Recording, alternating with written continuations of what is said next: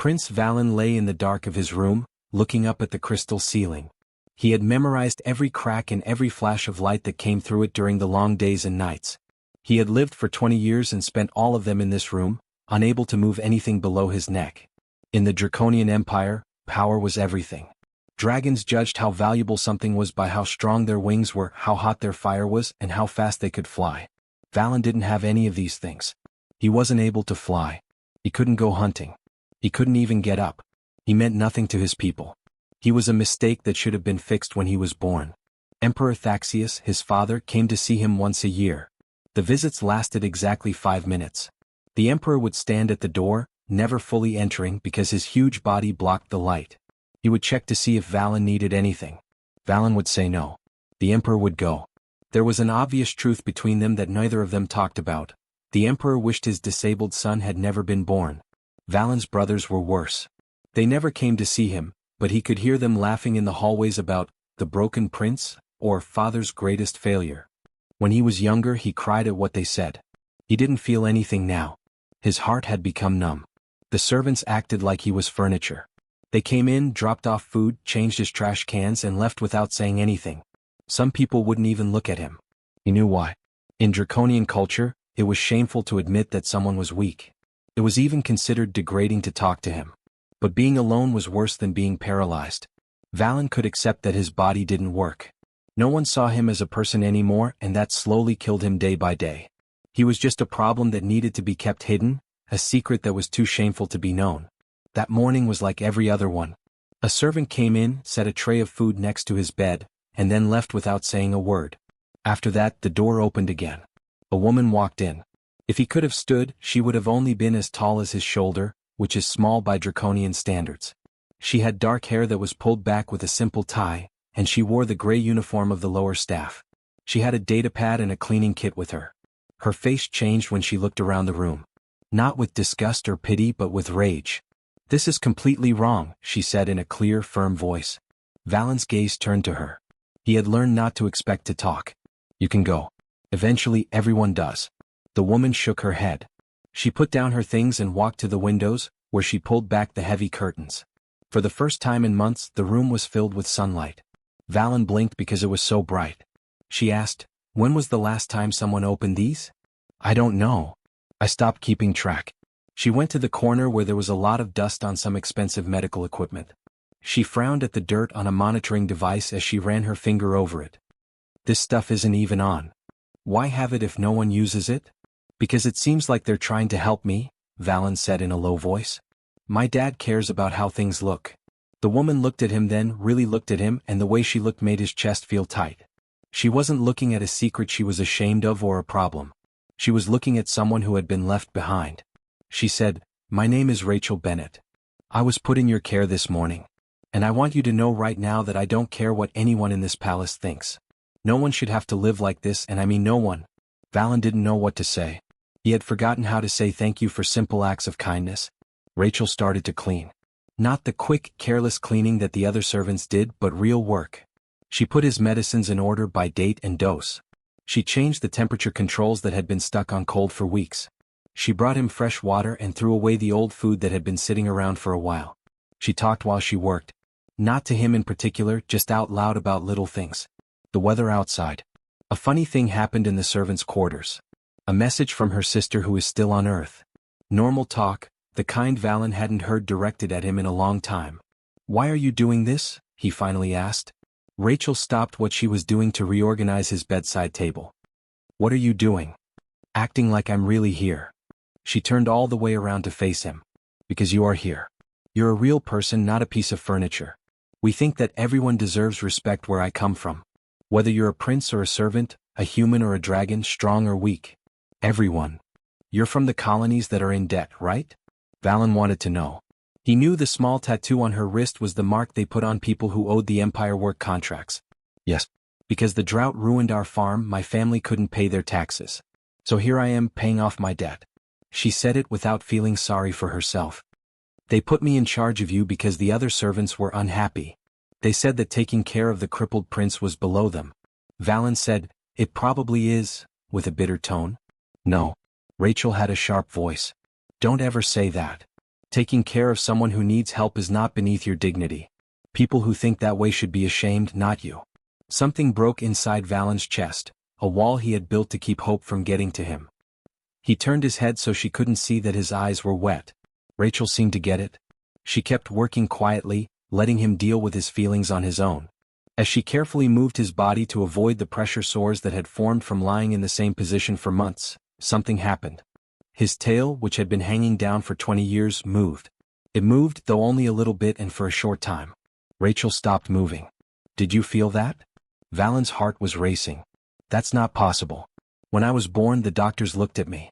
They said that the spine was completely cut off. Nothing below my neck would ever work. Rachel carefully touched his tail. Do it again. Try. Valen focused all of his willpower on that part of his body. There was no change. He fell back, feeling defeated. I can't. It was probably just a spasm. But Rachel's eyes were bright with something Valen had never seen directed at him before. Excitement, possibility, and hope. Maybe, she said slowly, the doctors were wrong. Rachel waited until the palace was quiet for the night before sneaking out of the servants' quarters. The hallways were dark, with only the bioluminescent crystals that grew in the walls to light them. As she walked toward the central archives, her heart raced. She shouldn't have been here. Most of the palace was off-limits to human servants, especially the medical archives. But if the harsh doctors had missed something about Valen's health, she needed to know what it was. Thank goodness the archive door was open. The debt colony had only let her keep one personal item, her data pad, which she turned on when she got inside. It wasn't much, but it had her family's medical records and some basic school books from before they lost everything. Rachel began to look through the draconian medical records and compare them to what she knew about human physiology. The dragons had advanced technology, but their medicine was stiff and unyielding. They thought their methods were perfect, so they didn't often question a diagnosis or look into other treatments. She found Valen's paperwork. Within hours of his hatching, the diagnosis was made: complete spinal neural severance. No treatment is recommended. Prognosis: paralysis that won't go away. The file had not been changed in a long time. Never looked over. Not once in 20 years. Rachel opened her medical books and started to compare them. Some people had conditions that made them look completely paralyzed, but they weren't. Nerves that are too tight. Very bad swelling. Muscle atrophy was so bad that the neural pathways seemed dead, but they could be brought back to life with intensive therapy. She shook her hands as she read. Therapy for the body. Exercises for range of motion. Stimulation with electricity. All the treatments that people had used for hundreds of years to help paralyzed people get some of their function back. A little bit and sometimes a lot. It's always worth a shot. There was nothing like that in Valen's file, though. She couldn't find anything in any draconian medical books. They had scanners, gene therapy, and nanomedicine, but just moving a patient's arms and legs, stretching their muscles, and working their joints? They thought it was basic. Underneath them. What are you doing here? Rachel turned around. A guard stood in the doorway of the palace, and his scales shone in the dim light. 2 more guards came up behind him.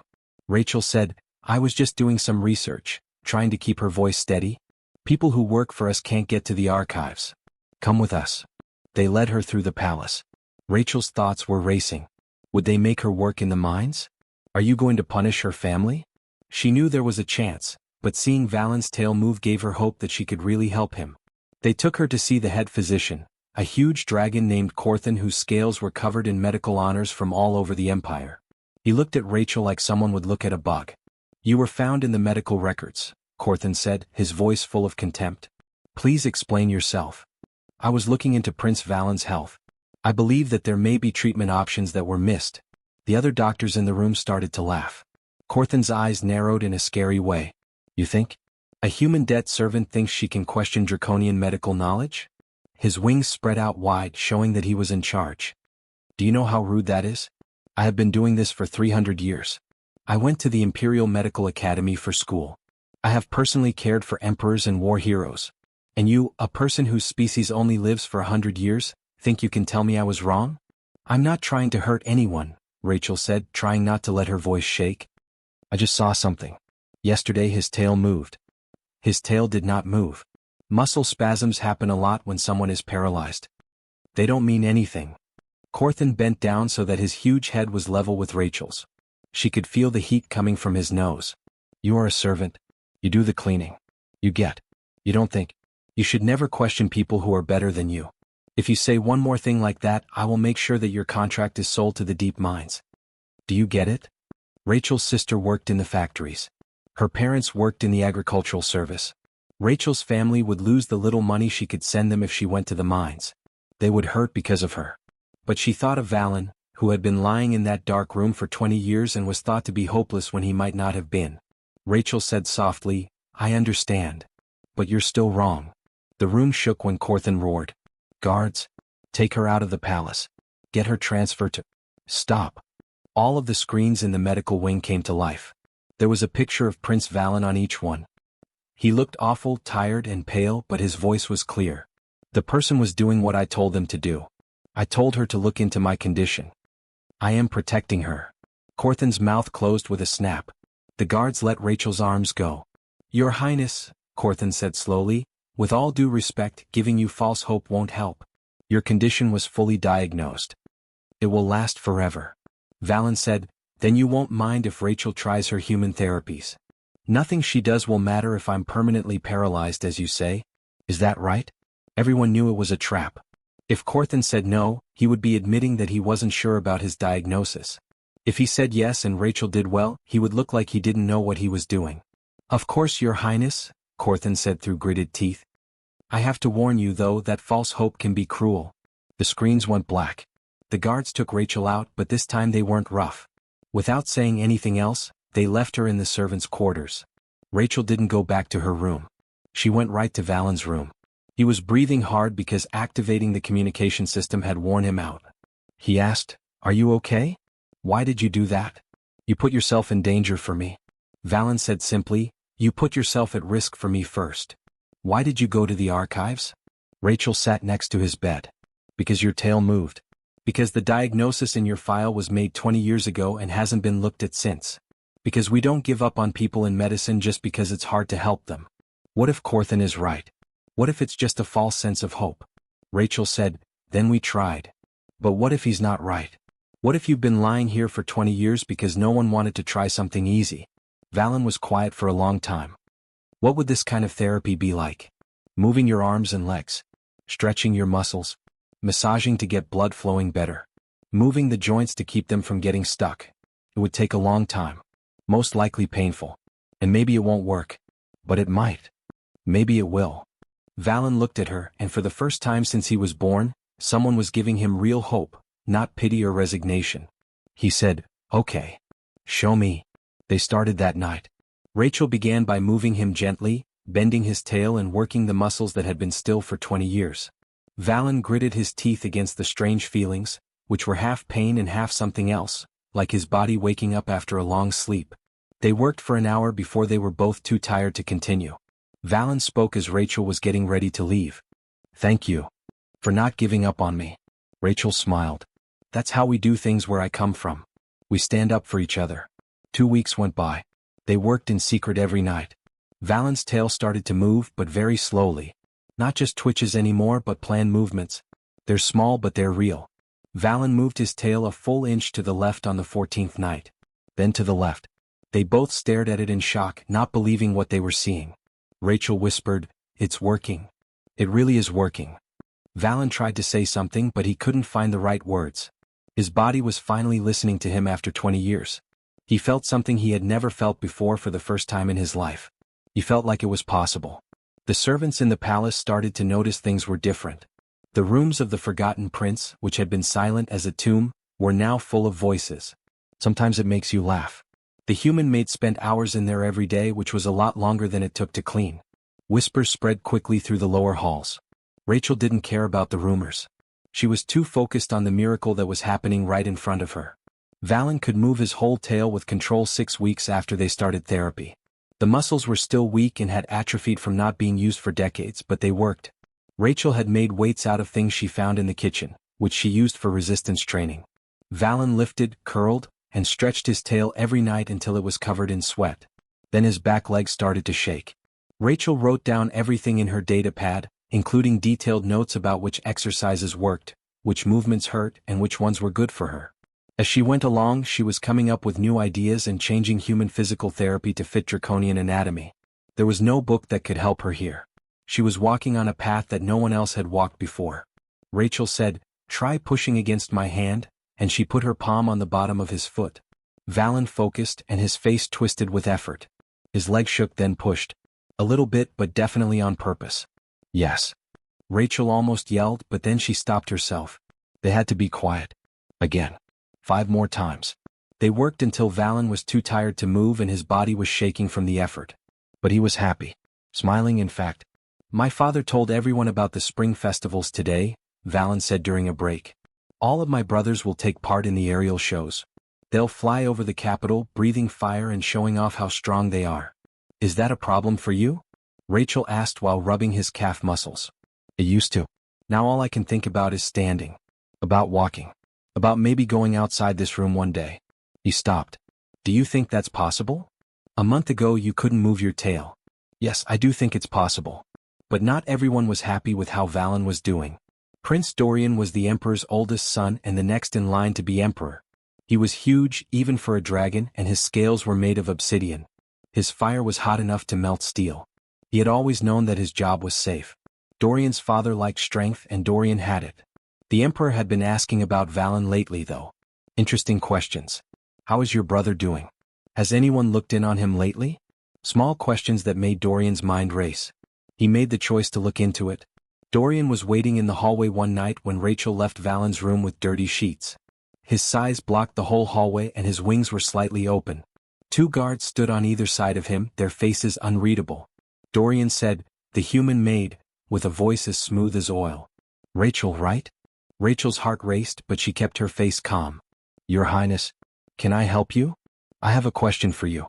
My little brother, who I forgot about, seems different these days. The servants say that his rooms aren't as quiet anymore. People say you spend a lot of time in there." Dorian slowly walked around her, like a predator checking out its prey. "What are you doing with Prince Valen?" "Your Highness, it's physical therapy. Exercise and moving around to keep your muscles from getting weaker." "How nice of you." Dorian's smile didn't show in his eyes. "And has this therapy worked?" Rachel knew she was on the edge of a knife. Some circulation got better. Better sleep habits. Small changes that make his life better. Nothing else important? No miraculous recovery? "Your Highness, he's paralyzed." "I'm not doing anything amazing, I'm just trying to make him feel better." Dorian stopped going in circles and leaned in. Rachel could smell the sulfur on his breath and feel the heat coming off of his scales. "Let me make something clear, human. The order of succession is set. I am the one who will inherit. My brother is a sad person who serves a purpose by being exactly what he is, helpless and forgotten. Do you know what I'm saying?" Rachel said, "I know you're scared of a paralyzed prince," before she could stop herself. The hallway got really hot. Dorian's eyes were on fire. The guards moved forward, but Dorian raised a wing to stop them. He said softly, "Be careful. I know everything there is to know about you, Rachel Bennett. I know that your sister works in the textile factories. I know what your parents do for a living in the farming industry. Things go wrong in those places. Problems with the equipment. Buildings can catch fire. People get hurt." Rachel's blood froze. "You wouldn't. If you just accepted the truth, I wouldn't have to. My brother will never be able to walk. He will never be able to fly. He will never put anyone's job at risk. And you will stop putting impossible ideas in his head." Dorian stood up straight. "Keep up your little therapy sessions if you have to. Make him feel at ease. But if I hear that he's getting better, or if I see any signs that he's getting his real function back, your family will pay for your ambition. Do we understand?" Rachel couldn't talk. She just nodded. Dorian and his guards left, and their footsteps echoed down the marble hall. Rachel stood there, shaking and her mind racing. She could end the therapy. Keep Valen comfortable but still. Keep her family safe. The smart and safe choice would be to do it. But when she got back to Valen's room and saw him trying to bend his knee, his face full of determination and hope, she knew she couldn't stop. She couldn't take this away from him. Not after he'd been in the dark for 20 years. "Is everything okay?" Valen asked, seeing how she looked. "Yeah," Rachel said, lying. "Everything is fine. Are you ready to work?" After that, they pushed harder. Rachel made support bars out of furniture so that Valen could hold on to them while trying to put weight on his legs. He fell right away when he tried to stand for the first time. He stood up straight for 3 seconds the second time before his legs gave out.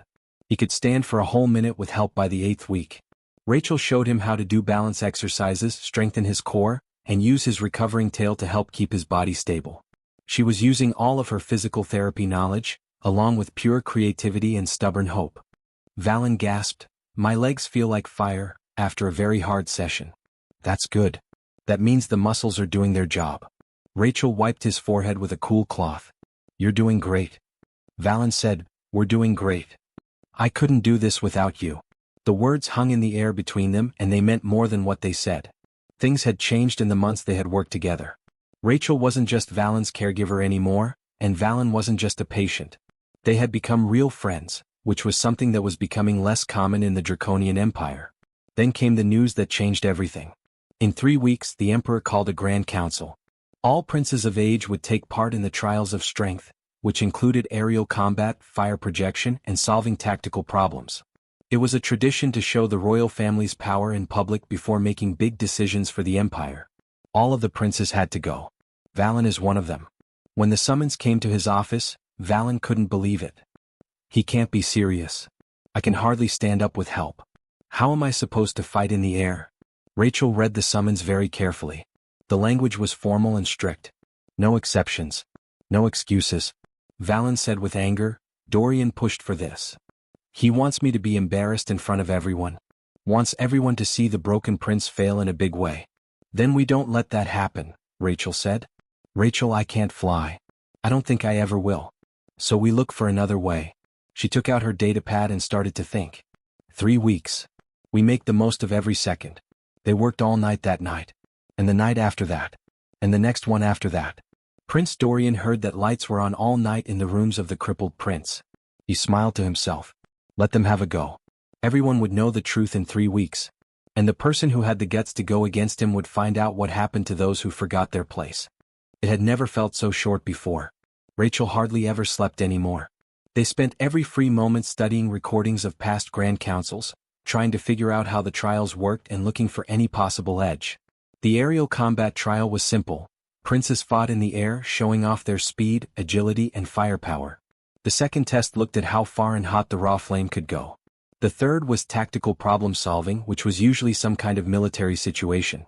Valen couldn't win any of them the usual way. He couldn't fly for long because his wings weren't strong enough. His fire was weak and cool. Rachel, on the other hand, wouldn't give up. "Stop thinking about what you can't do," she told him one night 2 weeks before the council. "Think about how you can change things." Valen could now stand on his own, but his legs shook after a few minutes. He could walk, but he had to be careful and take small steps. His tail was strong enough to help him stay balanced. These were miracles on their own, but they weren't enough in the arena. Rachel said, "You don't have to fly the whole time during aerial combat," as she watched the recordings again. They start on the ground and then fly away. Most of the fighting happens at a height of mid-level. What if you never fly? What if you move on the ground? That's not how you do it. I'd look weak. You'd look different. Plant. Like you're using the ground while they waste energy staying in the air." Rachel stopped the video. "Your brothers are used to fighting enemies that fly. A fighter on the ground would throw them off." Valen thought about this. "It might work for staying alive. But I'd never hit anything." "You don't have to hit anything. You shouldn't get hit. There is no rule that says you have to fight their way." They practiced late at night when the palace was quiet and the old training grounds were empty. Valen practiced dodging, rolling, and using his recovering mobility to move around the ground in ways that were hard to predict. Rachel threw heavy bags at him, which taught him how to read trajectories and move at the last possible second to save energy. They did something else for the fire trial. Valen couldn't make huge flames, but he could hit his target every time. Rachel set up targets at different distances to teach him to focus on hitting the target instead of hitting it hard. She said, "A huge flame that misses is useless. A small flame that hits exactly where you want it to is useful. Use what you have." She was most worried about the tactical trial. It would depend on the situation and they couldn't get ready for things they didn't know about. But Rachel had seen something in the recordings. The princes who won always chose violent, military solutions. A different point of view might stand out. 1 week before the council, disaster almost happened. They were on the training grounds and Valen was trying to stay standing for 5 minutes straight. His legs shook a lot, but he was doing it. Rachel was counting down the last 30 seconds when she heard someone walk by. Loud footsteps. Prince Dorian stepped out of the shadows, and the moonlight seemed to soak into his scales. His eyes shone with evil pleasure. Well, the rumors were right. My brother, who is disabled, can stand. He slowly went around them. Wow, I'm really impressed, little brother. And you, human, have done something that our doctors said was impossible. You should be proud. We're just training, Valen said carefully. The Emperor ordered me to be at the council. I'm doing the best I can to get ready. Of course you are. Dorian's smile was sharp as a knife. I do wonder though, how would you do if you had a setback? Maybe it was an unfortunate accident? Valen's eyes got bigger. Dorian, don't. Dorian's tail suddenly shot out, a blur of motion aimed right at Valen's legs. If it hit, it would destroy everything they had worked for. A second ruined months of progress. Rachel didn't think. She just got up and left. She threw herself in between them and the tail hit her ribs hard. The hit knocked her off her feet and sent her crashing into the stone wall 10 feet away. She heard cracks, felt pain shoot through her chest and tasted copper in her mouth. Rachel. Valen's shout sounded far away, like it was underwater. She could see Valen move through her blurry vision. Really move. He moved faster than he had in all the weeks they had trained.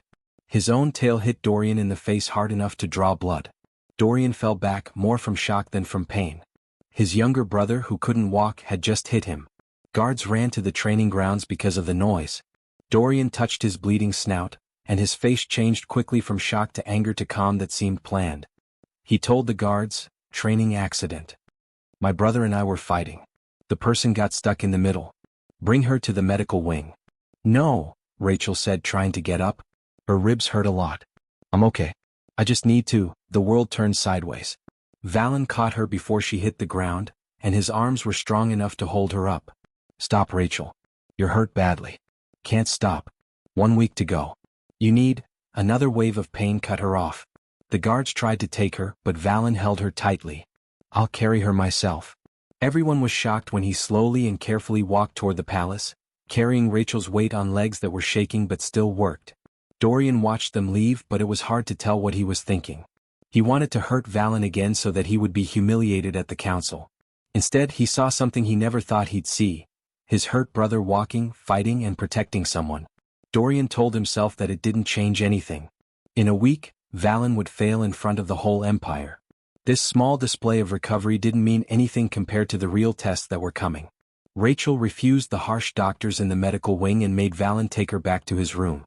At least 3 of her ribs were broken, but she'd broken ribs before when she worked on a farm. She knew how to wrap them up and deal with the pain.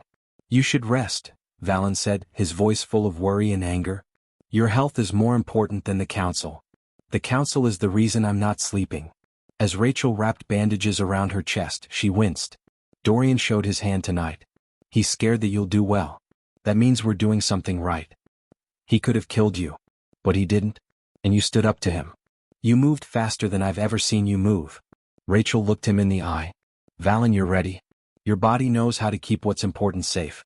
Now we just need to show it how to keep you safe there. They had 6 days to go.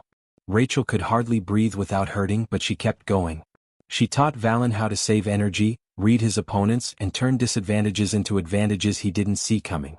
They worked all night, taking short breaks to sleep because they were desperate and determined. Rachel helped Valen put on his ceremonial armor on the morning of the Grand Council. She shook as she put the clasps on. This was it. The next few hours would decide everything they had worked for. What if I don't succeed? Valen asked in a low voice. Rachel looked up at him. This prince had been seen as worthless for 20 years, but he had learned to stand up to impossible odds and had protected her when she had protected him. Then you fail when you stand on your own 2 feet, she said. And that's still a win they can never take away from you. The horns in the arena could be heard all over the palace. It was time. Valen walked out of his room with his head held high, slowly but surely. Rachel followed, holding her broken ribs and not wanting to miss this moment. The Grand Council had started. There were a lot of nobles from all over the Draconian Empire in the Grand Arena. The huge stone building was full of thousands of dragons, and their scales sparkled like jewels in the morning sun. They had come to see the trials of strength, where the royal princes would show off their strength before the emperor made important choices about who would lead the military and how to run the territories. People didn't expect to see Prince Valen. The crowd went quiet when he came out of the entrance tunnel and walked on his own legs. Totally and completely quiet. You might have heard a scale drop. Emperor Thaxius sat on his throne at the top of the arena. For the first time in 20 years he really looked at his youngest son. His eyes got bigger and his huge body went stiff with shock. Valen made his way to the center of the arena. He took steps that were careful and measured, but they were steps. Steps that are real. Rachel watched from the servants' quarters behind him. Valen walked out of his room slowly but surely, with his head held high. Rachel followed, holding her broken ribs and not wanting to miss this moment. The Grand Council had started.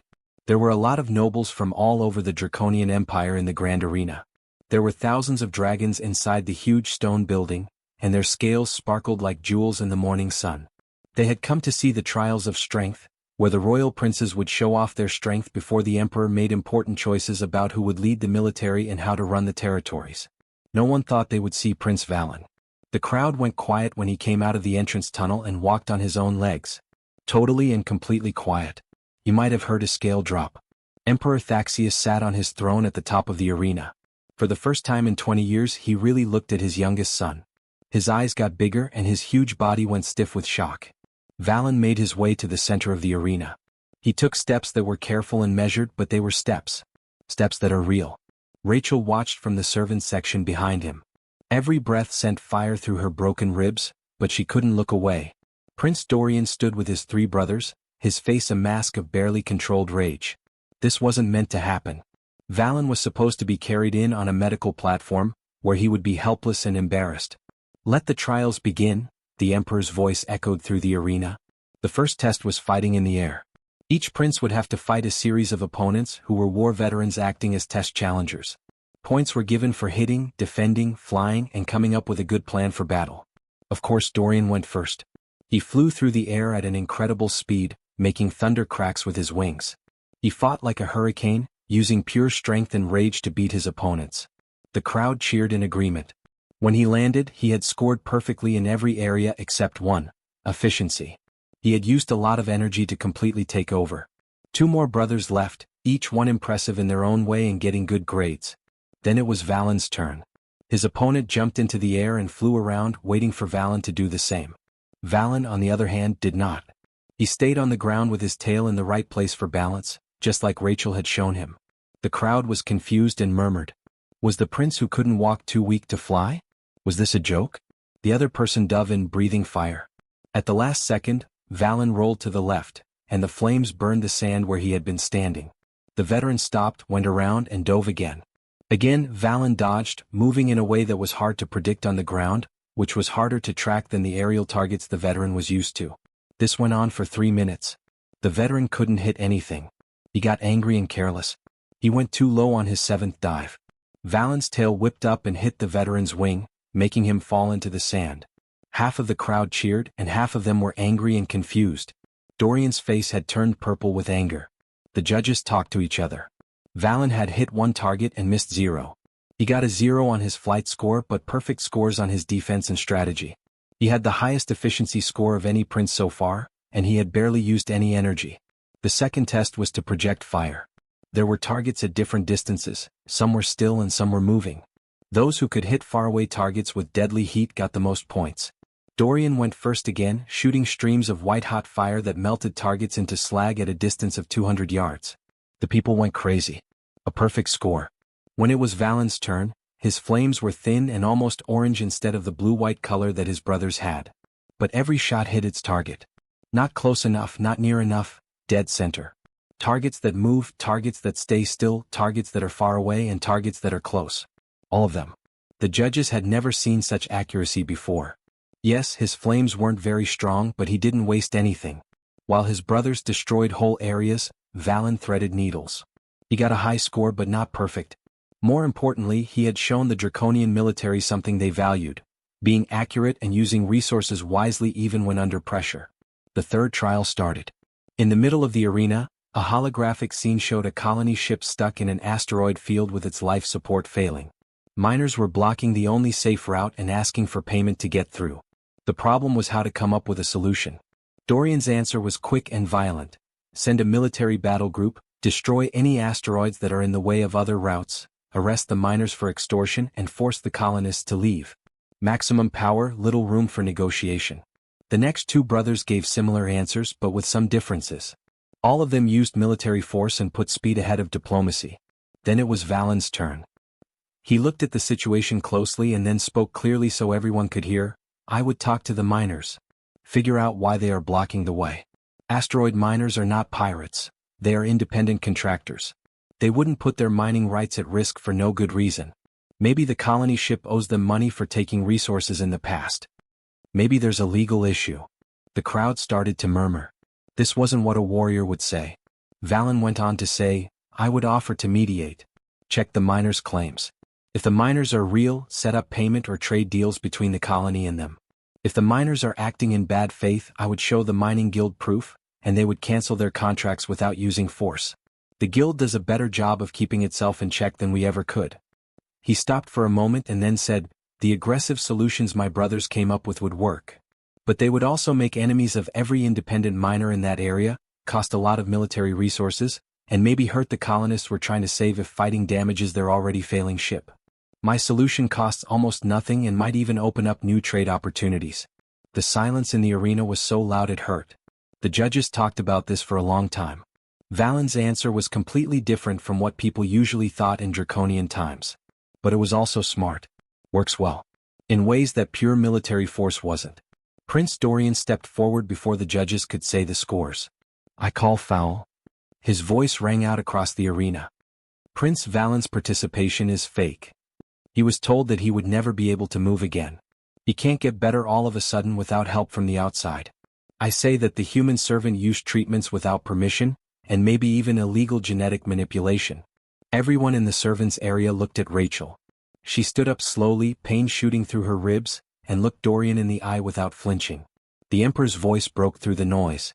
Bring the person forward. Rachel walked down to the floor of the arena. It hurt to take every step, but she kept her back straight and her head high. She stopped in front of the Emperor's throne and bowed as was proper. Tell me what you did to my son, Emperor Thaxius said. His voice didn't sound angry, but it had the weight of complete power. Rachel took a deep breath. Your Majesty, physical therapy.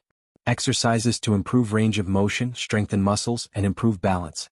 Methods that doctors have used for hundreds of years to help people with paralysis get their function back. Our doctors told us that his condition was permanent. Your Majesty, with all due respect, your doctors made that diagnosis 20 years ago and never looked at it again. They never tried other treatments because they thought those kinds of treatments were old-fashioned. Rachel's voice got stronger even though she was in pain. Not a doctor. I'm just a person who didn't give up on someone when everyone else did. The head physician, Corthan, came out of the Royal Medical Section. Your Majesty, the person is telling the truth. We did throw out physical therapy because it didn't meet our medical standards. We let Prince Valen down by doing this. The Emperor's tail whipped around, which meant he was very angry. Are you saying that pride made my son suffer for 20 years for no reason? Yes, Your Majesty, Corthan said, looking down in shame. Emperor Thaxius stood up, and his full height towered over the arena. His voice could be heard all over the place when he spoke. Prince Valen has passed the tests. Not by using a lot of force but by being smart. The knowledge to accept help from an unexpected place. The bravery to try when there seemed to be no hope. The ability to think outside the box when it comes to solving problems. He stared straight at Valen. You've shown me that strength can take forms I didn't want to see. He looked at Rachel. Human, you have done what our best doctors could not. Say what you want. Rachel didn't think twice. Combine human medical knowledge with draconian medicine, Your Majesty. Make a program that lets both species learn from each other. So no one else, whether they are human or dragon, has to deal with pride that looks like knowledge. The Emperor nodded slowly. Okay. As Royal Medical Advisor, you will also be in charge of this integration. Dorian started to speak up, but the Emperor stopped him with a look. The Emperor told his oldest son, you will learn that a true leader protects the weak, not threatens them. You are now in charge of working directly with Prince Valen on the new medical integration program. You might learn something about what real strength is. The Royal Medical Center opened its doors 6 months later. Rachel walked through hallways where doctors from Draconia worked with therapists from Earth. There was no more pride, only teamwork. There was a simple saying on the walls in both languages, healing has no hierarchy. Prince Valen worked with other hurt dragons in the physical therapy wing, dragons that old standards said were beyond hope. He still couldn't fly like his brothers or breathe the hottest flames, but he could walk, run, and live a life he never thought was possible. Rachel saw him helping a young dragon learn how to use her hurt wing. He was very patient and encouraging. How's your new student doing? Rachel asked. Going well. I think she will fly again. Just needs time and effort. Valen smiled. Doesn't that sound familiar? The two suns set over the capital of the Draconian Empire. There was a new statue in the arena where the Grand Council had met. It showed a dragon and a person standing next to each other. The plaque said, "True strength is lifting others when they've fallen." Rachel's family got a message in their small apartment in the newly freed debt colonies saying that their debts were forgiven and their contracts were no longer valid. They were free. It all happened because one person wouldn't give up and one dragon had the guts to stand up.